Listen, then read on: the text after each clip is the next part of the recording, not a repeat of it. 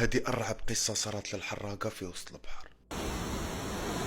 في 14 سبتمبر 2021 تخرج فلوكة من وهران فيها 12 واحد، العمر تاعهم ما بين 17 و 30 سنة. الوجهة كانت ألميريا، الحال كان شباب، البحر كان كالم، والرحلة ديالهم كانت رايحة تدوم 26 ساعة. بعد ما ديمارا بعدوا على وهران ب 120 كيلومتر، وهما يتمشاو بدا يتقلب البحر وبدا يتهول الحال. تالمو هذاك الريح اللي كان الموتور حبس، كيما سياو ينوضوه ما قدروش، بقاو نهار كامل وهما يسيو ينوضوا في هذاك الموتور مي ما حبش ديماري. جاز نهار الاول، في نهار الثاني هذيك الماكله والماء اللي داوها معاهم كملوها كاع. بداو لي جان تما يحسوا بالتعب وبداو يهلوسوا ويسمعوا صوالح ماشي نورمال باسكو كانوا في وسط البحر. بقاو يصبروا في رواحتيهم ويستناو كاش معجزه تجي تسلكهم. جاز نهار الثاني، نهار الثالث، 3 تاع الصباح، بداو يشوفوا كي شغل فلوكه بيضه راهي جايه ما فيهاش الضوء، ويسمعوا الموتور ديالها. كان فيها بنادم لابس كلش كحل وشايد فانوس في يده ويدير بيده ارواحه.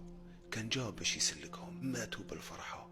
واحد فيهم كان اسمه عبدو، كي شاف هذيك الفلوكة من الفرحة تشبك ديريكت في الماء وبدا يعوم رايح ليها. كي بقاو يعيطوا له لا ما تروحش استنى يلحق، هو مع اللي يلحق الفلوكة هذيك بدا يعيط عياط ماشي نورمال، وبداو يشوفوا فيه صحابو كي شغل راهو يغرق. بعد مدة قصيرة غرق صاحبهم عبدو وما زادتش بانت الفلوكة هذيك.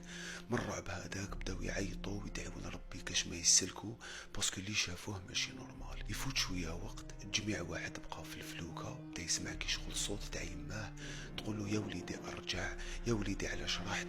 بداو بالواحد فيهم يتشبكوا في الماء ويتبعوا الصوت هذاك. من بعد مده قصيره واحد فيهم ما ولا، اللي بقى هما زوج.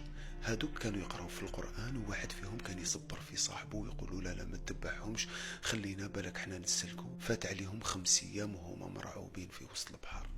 تجوز باخرة هكا اسبانية كي شافتهم سلكتهم طلعتهم في البابور.